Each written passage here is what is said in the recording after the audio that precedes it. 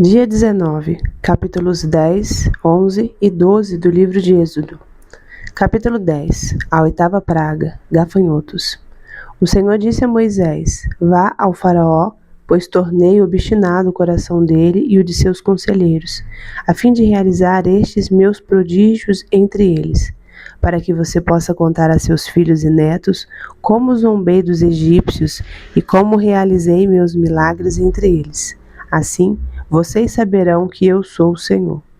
Dirigiram-se, pois, Moisés e Arão ao faraó e lhe disseram: Assim diz o Senhor, o Deus dos hebreus: Até quando você se recusará a humilhar-se perante mim? Deixe ir meu povo, para que me preste culto.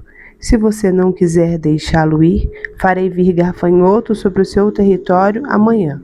Eles cobrirão a face da terra, até não se poder enxergar o solo. Devorarão o pouco que ainda lhes restou da tempestade de granizo e todas as árvores que estiverem brotando nos campos. Encherão seus palácios e as casas de todos os seus conselheiros e de todos os egípcios, algo que os seus pais e os seus antepassados jamais viram, desde o dia em que se fixaram nessa terra até o dia de hoje. A seguir, Moisés virou as costas e saiu da presença do faraó. Os conselheiros do faraó lhe disseram: Até quando este homem será uma ameaça para nós? Deixe os homens irem prestar culto ao Senhor, o Deus deles. Não percebes que o Egito está arruinado? Então Moisés e Arão foram trazidos de volta à presença do faraó, que lhes disse: Vão e prestem culto ao Senhor, o seu Deus, mas digam-me, quem irá? Moisés respondeu: Temos que levar todos, os jovens e os velhos, os nossos filhos e as nossas filhas, as nossas ovelhas e os nossos bois, porque vamos celebrar uma festa ao Senhor. Disse-lhes o faraó: Vocês vão mesmo precisar do Senhor, quando eu deixá-los ir com as mulheres e as crianças. É claro que vocês estão com más intenções. De forma alguma, só os homens podem ir prestar culto ao Senhor, como vocês têm pedido. E Moisés e Arão foram expulsos da presença do faraó. Mas o Senhor disse a Moisés: Estenda a mão sobre o Egito, para que os gafanhotos venham sobre a terra e devorem toda a vegetação, tudo que foi deixado pelo granizo. Moisés estendeu a vara sobre o Egito, e o Senhor fez soprar sobre a terra um vento oriental durante todo aquele dia e toda aquela noite. Pela manhã, o vento havia trazido os gafanhotos, os quais invadiram todo o Egito e desceram em grande número sobre toda a sua extensão. Nunca antes houve tantos gafanhotos, nem jamais haverá. Eles cobriram toda a face da terra de tal forma que ela escureceu. Devoraram tudo o que o granizo tinha deixado, toda a vegetação e todos os frutos das árvores. Não restou nada verde nas árvores, nem nas plantas do campo, em toda a terra do Egito. O faraó mandou chamar Moisés e Arão imediatamente e disse-lhes: Pequei contra o Senhor, o seu Deus, e contra vocês. Agora, perdoem ainda esta vez o meu pecado, e orem ao Senhor, o seu Deus, para que leve esta praga mortal para longe de mim.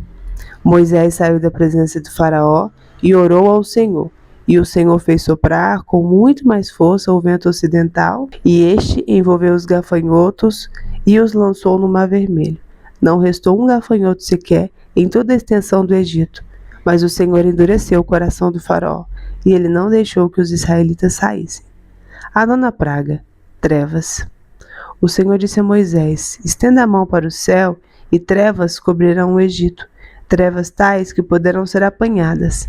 Moisés estendeu a mão para o céu, e por 3 dias houve densas trevas em todo o Egito. Ninguém pôde ver ninguém, nem sair do seu lugar durante 3 dias. Todavia, todos os israelitas tinham luz nos locais em que habitavam. Então o faraó mandou chamar Moisés e disse: Vão e prestem culto ao Senhor. Deixem somente as ovelhas e os bois, as mulheres e as crianças podem ir.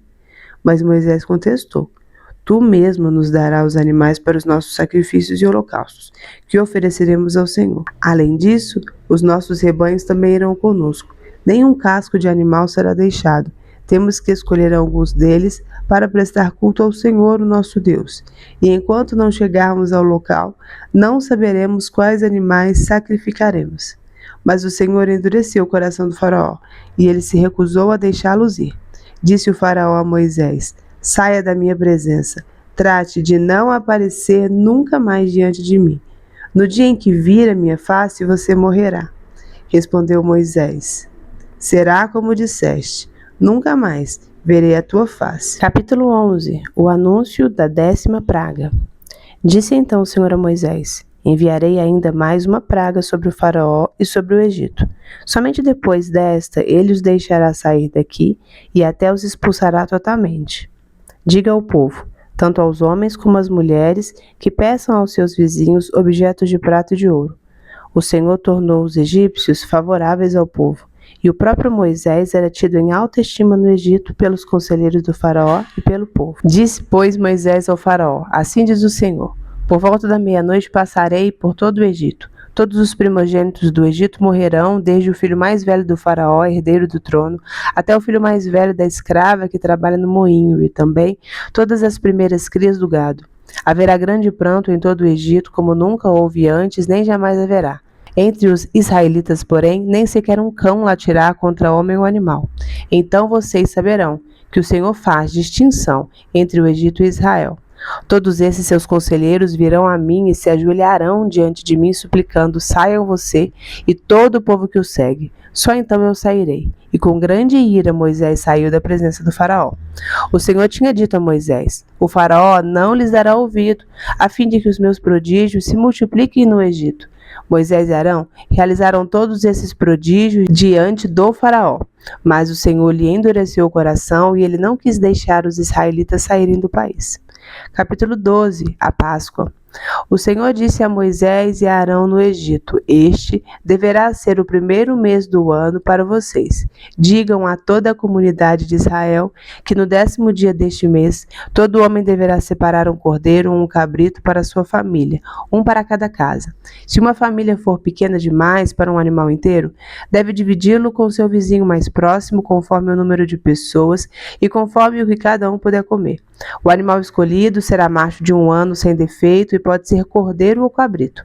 Guardem-no até o 14º dia do mês, quando toda a comunidade de Israel irá sacrificá-lo ao pôr do sol. Passem então um pouco do sangue nas laterais e nas vigas superiores das portas das casas, nas quais vocês comerão o animal. Naquela mesma noite comerão a carne assada no fogo, com ervas amargas e pão sem fermento. Não comam a carne crua nem cozida em água, mas assada no fogo, cabeça, pernas e vísceras. Não deixem sobrar nada até pela manhã. Caso isso aconteça, queimem o que restar. Ao comerem, estejam prontos para sair.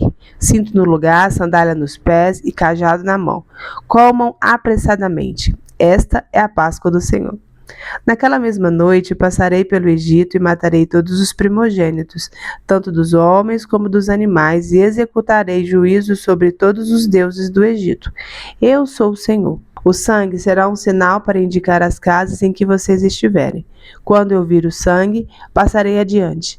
A praga de destruição não os atingirá quando eu ferir o Egito. Este dia será um memorial que vocês e todos os seus descendentes celebrarão como festa ao Senhor. Celebrem-no como decreto perpétuo. Durante 7 dias comam pão sem fermento. No primeiro dia tirem de casa o fermento, porque quem comer qualquer coisa fermentada do 1º ao 7º dia será eliminado de Israel. Convoquem uma reunião santa no 1º dia e outra no 7º.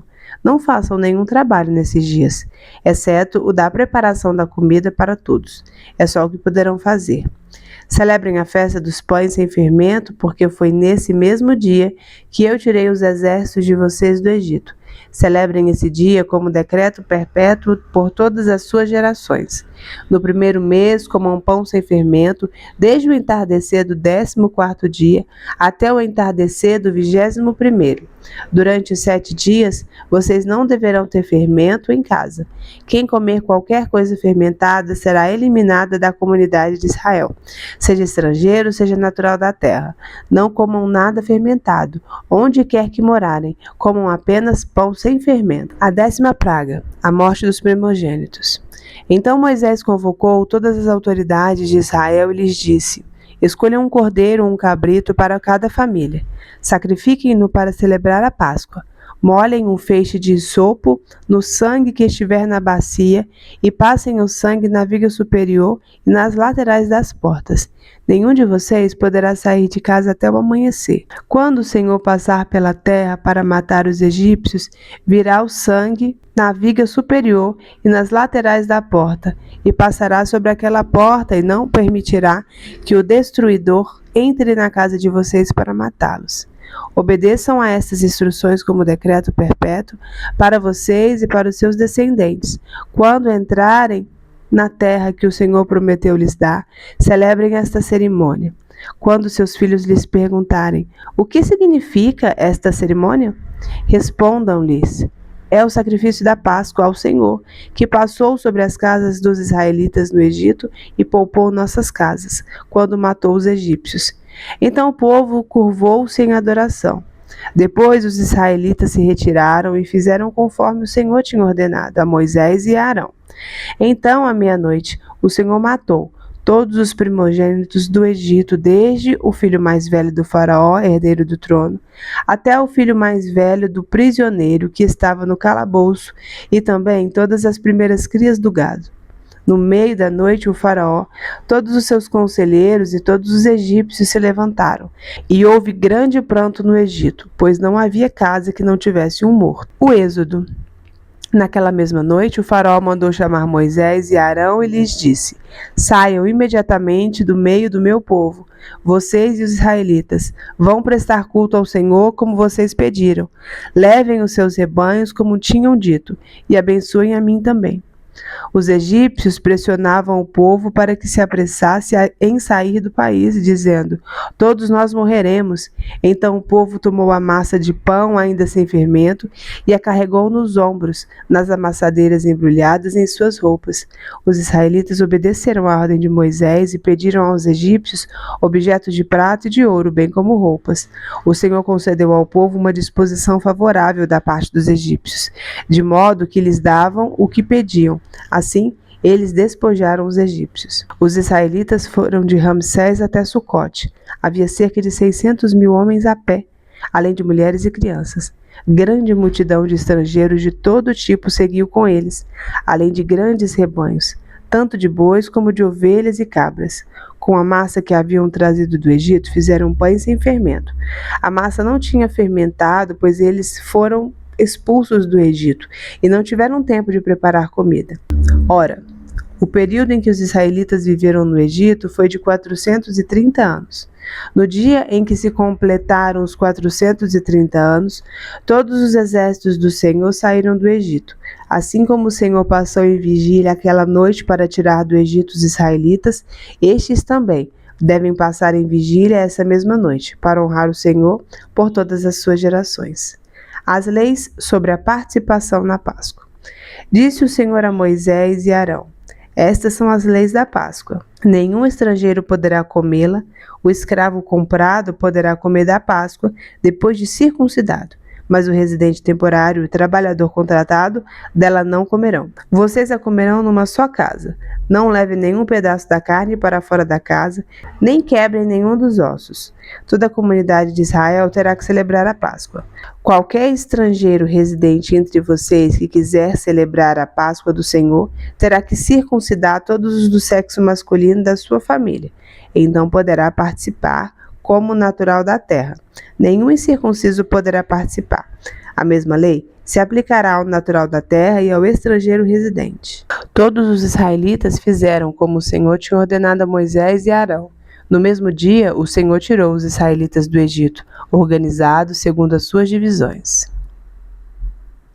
Breve comentário sobre os capítulos. Antes disso, já dá aquela curtida maneira. No capítulo 10, a gente já vê a continuação das pragas, que o Senhor manda a 8ª praga, que é a dos gafanhotos, e manda a 9ª praga, que é a das trevas, que o povo fica desesperado 3 dias na escuridão. Você se imagina 3 dias na escuridão, que desespero que não dá. Você já ficou num quarto escuro? Naqueles escuro mesmo, que você não consegue ver uma portinha, uma luzinha, você não consegue ver nada, nem sua própria mão? É terrível, é angustiante. É legal a gente pensar na Bíblia como se você estivesse dentro dela. Porque muitas vezes a gente vê as coisas bíblicas, nossa, mas com um olhar muito distante, né? se coloca na situação. Você vai ver como o negócio fica bem mais intenso.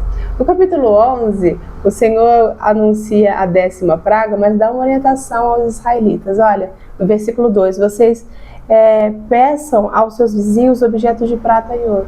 E aí fala que o Senhor tornou os egípcios favoráveis ao povo. E os egípcios deram ao povo esses objetos que eles pediram. Na nossa vida e na sua, o Senhor vai fazer um milagre. Quem faz o milagre é o Senhor. Mas há algo que eu e você devemos fazer. O que é que eu e você devemos fazer? No livro de Tiago, a palavra do Senhor fala que a fé sem obras é morta. O que adianta você ter tanta fé, mas você não tem obra nenhuma, você não faz nada, você só tem fé, você ora e fica parado? Não adianta não, minha gente. Você precisa orar, você precisa ter fé, você precisa confiar no Senhor, mas precisa fazer sua parte. O Senhor orientou aqui, olha, vocês vão pedir peças para os egípcios. E eles foram lá e pediram. Se eles não tivessem pedido, eles não tinham ganhado. Por quê? Porque essa foi a orientação do Senhor. Qual que é a orientação do Senhor para a sua vida hoje? O que você precisa fazer? Qual que é o seu movimento? Quer dizer que o Senhor não é capaz de fazer todas as coisas? Com certeza Ele é capaz, Ele poderia te dar de mão beijada, mas todas as coisas a gente vai aprendendo, né? Nessa terra aqui é uma evolução, a gente vai evoluindo aos poucos, mas é preciso que você faça a sua parte. Tome postura para fazer a sua parte. Toma postura para sair da inércia. Toma postura para parar de reclamar que as coisas não acontecem. Faz a sua parte. Paga seu preço de oração, seu preço de jejum, mas faz a sua parte. Eu tenho lido alguns livros sobre produtividade que falam para você otimizar o seu tempo. Às vezes a gente tem uma tarefa específica, mas ela é muito difícil. E aí você fica, nossa, eu nunca vou conseguir fazer. E aí você fica com preguiça de começar, porque é muita coisa para fazer. E aí os autores falam, olha, qual que é a próxima tarefa física que você tem que fazer? Qual que é o próximo pequeno passo? Pensa assim, não precisa pensar no trajeto inteiro, pensa no próximo passo. Às vezes na sua demanda, na minha, da mesma forma. O Senhor vai fazer o milagre, é Ele que faz, mas qual que é o próximo pequeno passo que você precisa dar? A ação física que você precisa realizar. Pensa nisso. E agora no capítulo 12, a gente vê a orientação do Senhor sobre a Páscoa. Tem a última praga, que é a morte dos primogênitos egípcios, mas o Senhor dá aos israelitas a orientação de como proceder após isso, que seria a comemorada a Páscoa, que significa a passagem do povo ali do Egito para a sua nova vida, a nova terra. E é interessante porque o Senhor ele fala de algo para gerações. Fala, olha, isso é para vocês orientarem aos seus filhos, é para o futuro. E é interessante pensar em como as coisas que a gente faz hoje refletem no futuro. Tem aquele filme famoso do Gladiador que ele fala assim que o que a gente faz em vida ecoa na eternidade. Como isso não é verdade, né? As coisas que a gente faz ecoam no futuro e vão ecoar na eternidade também. Pensar em longo prazo nos ajuda a estabelecer o nosso presente, te ajuda a ter mais prioridade, te ajuda a ter mais clareza do que você quer. Por quê? Porque você não está pensando só no presente, você está pensando no futuro. Que o Senhor nos dê essa graça de entendermos os nossos caminhos e entender para onde a gente está caminhando e que de fato as nossas ações ecoem na eternidade de uma maneira positiva e não negativa. Amém? Senhor Deus, te louvamos, te bendizemos porque a Tua palavra nos ensina, nos instrui e nos exorta. Muito obrigada, Senhor, porque vemos a manifestada a Tua presença da glória também nessa transição dos israelitas ali da terra do Egito. Pai, nos ensina, assim como eles obedeceram ao Senhor e pediram ali peças de ouro e prata para os egípcios, nos ajuda a fazer a nossa parte, Pai.